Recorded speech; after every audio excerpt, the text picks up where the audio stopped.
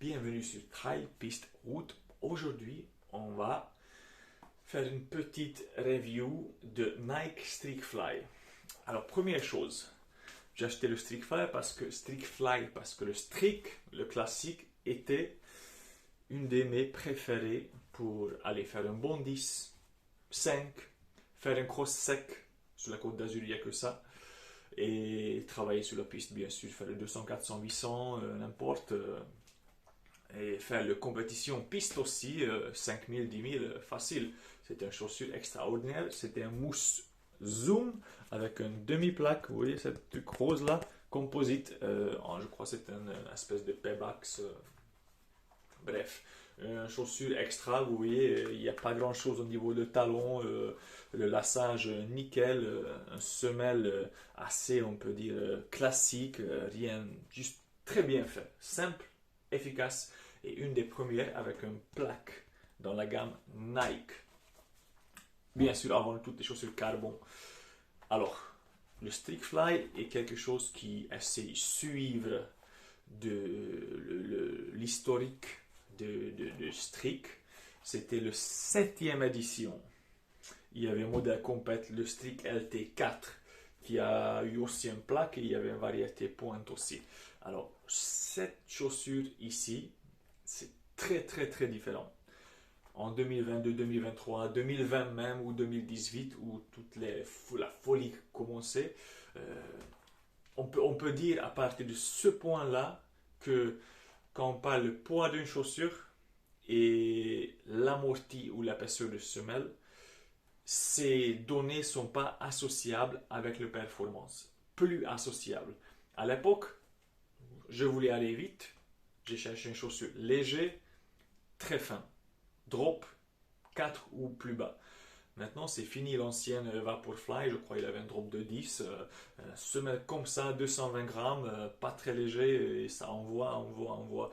Et la nouvelle Vaporfly, je crois, c'est un peu plus léger maintenant, genre 180 grammes, 199, 190. Ça dépend quel site vous regardez.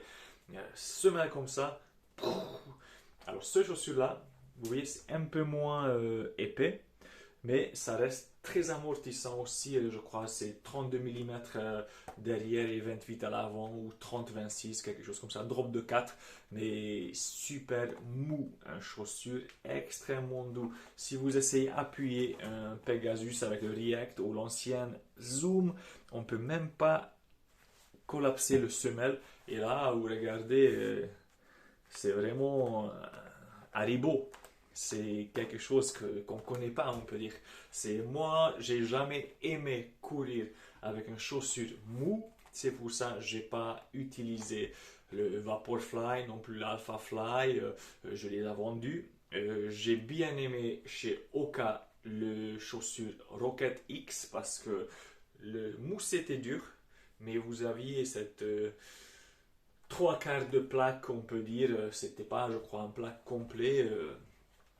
Et le chaussure n'était pas très lourd, pas très léger, un bon intermédiaire, un chausson similaire, j'ai bien aimé ça. Mais pour chaussure avec une plaque en carbone n'est pas mon forte. C'est pour ça que j'achète le Streakfly. Vous avez une demi-plaque en composite, à peu près un shank en anglais on dit. C'est pas une plaque en carbone, mais un shank, un demi-plaque. Et ça fait le job, c'est assez réactif, mais ça ne modifie pas votre foulée. Alors, vous voyez, il y a une semelle externe en caoutchouc et derrière, vous avez aussi un peu de gomme, mais très peu. Et comme je vous ai dit, le semelle est très mou. Ça veut dire que si vous avez une attaque talon, vous allez détruire les chaussures et vos articulations aussi. Il faut arrêter. Vous ne pouvez pas. C'est juste, il ne faut pas. Voilà, ce n'est pas une chaussure qui est utilisable pour quelqu'un qui a une attaque talon. No heel strike. Alors, il y a à peu près 100 km dans la chaussure avec des fractionnés de 3 10 bornes. Aucun kilométrage hors piste ou off-road. c'est pas une chaussure de trail là. Et ça tient honnêtement très très très bien. Je crois qu'on a trouvé une chaussure très durable ici. Et on va voir, je vais revenir vers 300-400 km. Je pense pas que je vais courir plus que 400 avec ça. Je vais le vendre après ou donner ou quelque chose, Vinted, n'importe. Mais ça dure, ça reste bien. Et je trouve que cette mèche qui a été créée extrêmement belle, extrêmement bien, c'est quelque chose de super résistant. Alors on voit que ça va pas, ça part pas. Il n'y a pas de frottement, il n'y a pas de pliure, ça va pas se détruire, il n'y a pas un thermocollage qui est mal fait, tout est juste parfaitement aligné et collé, et voilà, c'est juste extraordinaire, très haute de gamme pour une chaussure aussi légère. Alors, vous voyez le toe box, le parti pour les orteils, lâche, lâche. Par contre, ce que vous avez, c'est un laçage asymétrique qui est sur le côté de pied.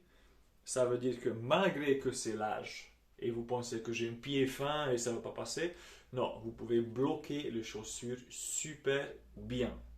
Et en plus, regardez, le talon n'est pas très large, mais non plus, c'est pas une chaussure très fine non plus, vous voyez, où vous pouvez plus rentrer vos pieds. Hein.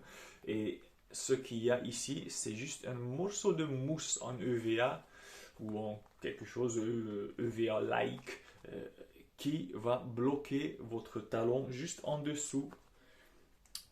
Vous pouvez faire des accélérations, de fractionner courtes, les 100 mètres, les 200 mètres, les 150. Le talon ne va jamais décoller. Alors, j'ai beaucoup de chaussures. J'ai essayé beaucoup de chaussures qui a. Vous voyez, ce genre de talons qui reviennent, surtout on voit chez Oka. Je ne peux pas parce que les chaussures décollent le talon. Alors, quand on a un talon construit comme ça qui part vers l'arrière, j'ai pas de chaussures ici avec moi qui a comme ça, mais quand ça part arrière et vous ajoutez un plaque en carbone, dès que vous essayez de faire un foulé, ça décolle de talon et le pied sort. J'ai essayé ce genre de chaussures, bien sûr, avec double chaussette, avec un laçage différent, ça passe juste pas pour mes pieds. Ce n'est pas le cas ici, ça tient le talon, ça tient le pied, vous touchez nulle part, c'est très très très bien construit et c'est juste le confort est extraordinaire. C'est une forme de chaussure et un laçage qui, à mon avis, Nike doit faire des chaussures de marche confort classique avec ce drop de 4. Peut-être changer le semelle pour un React, comme ça c'est un peu plus dur. Mettre un semelle en carbone, et voilà, hein, on est une chaussure de ville super confort. Au lieu de faire, vous voyez, les chaussures très pointues, serrées, classiques, comme le Nike All Day. All Day, je vais avoir les ongles noirs. Mais ça, on est tellement nickel dedans, c'est juste bien fait. Extraordinaire. Voilà, je conseille les chaussures plutôt pour faire piste, 400, 800, 600, faire des fractionnés. Fractionnés longues surtout, je préfère. Pour une petite 400, 600, 800, j'utilise encore celui-là. Et dès qu'on passe 1000, 1002, 1006, 2000, 1006, 1002, 800, mardi c'était la fractionnée, c'est 800, 1002, 1006, 2000, 1006, 1002, 800. Et j'ai utilisé ça, c'était juste parfait, aucune souci. Alors, j'ai parlé déjà dans une vidéo précédente, peut-être c'était en anglais, que le chaussure a une particularité que, comme je vous ai expliqué, le semelle, et regardez ça, comment je peux juste appuyer. Le chaussure est extrêmement mou et on ne sent pas nécessairement facilement quand on pose le talon.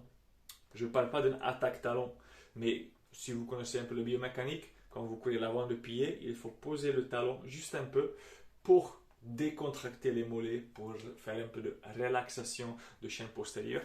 Et avec ce chaussure-là, on ne peut pas faire ça parfaitement parce que c'est mou. Si vous regardez les sprinters, c'est l'une seule façon à courir, on peut dire, pour jamais poser les talons. Vous étirez vos chaînes postérieures le plus possible pour avoir un rebond direct de vos genoux vers l'avant. C'est pour ça en fait, et en plus on a penché tellement vers l'avant que on n'a pas le temps de poser le talon. Les sprinters souvent ne courent pas avec 180 pas par minute comme les marathoniens, hein. C'est souvent au-dessus de 200, hein. C'est vraiment quelque chose différent que la course à pied.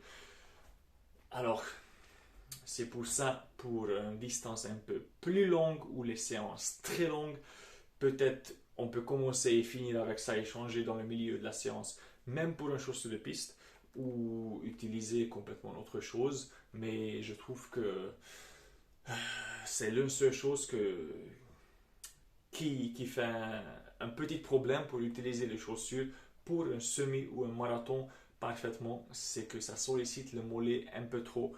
Et on ne parle pas parce que c'est léger, c'est fin, c'est drop de 4. Moi j'ai couru beaucoup avec des Altra, le Trail Glove chez Merrell, le truc minimaliste, le Vapor Glove, chaussures de piste.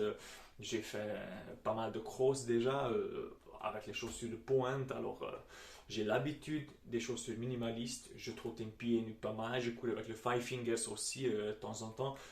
C'est pas ça. C'est pas que c'est un drop de 4 avec, je crois, c'est peut-être c'est 28-24 ou 30-26 au niveau de la drop, 30 mm, 26 mm.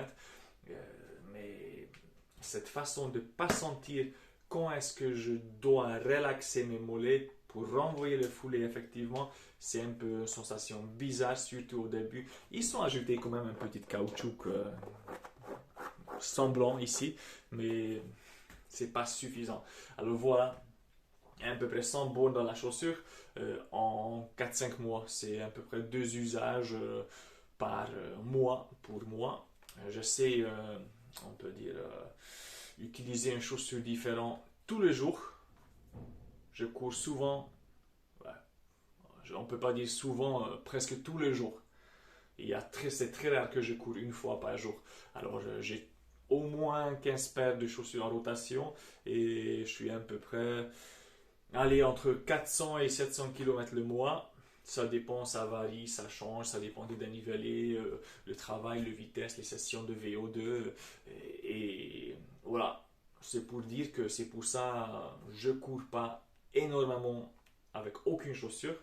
J'essaie de prendre mon temps, réfléchir, voir comment ça dégrade avec le temps, pas juste avec la distance.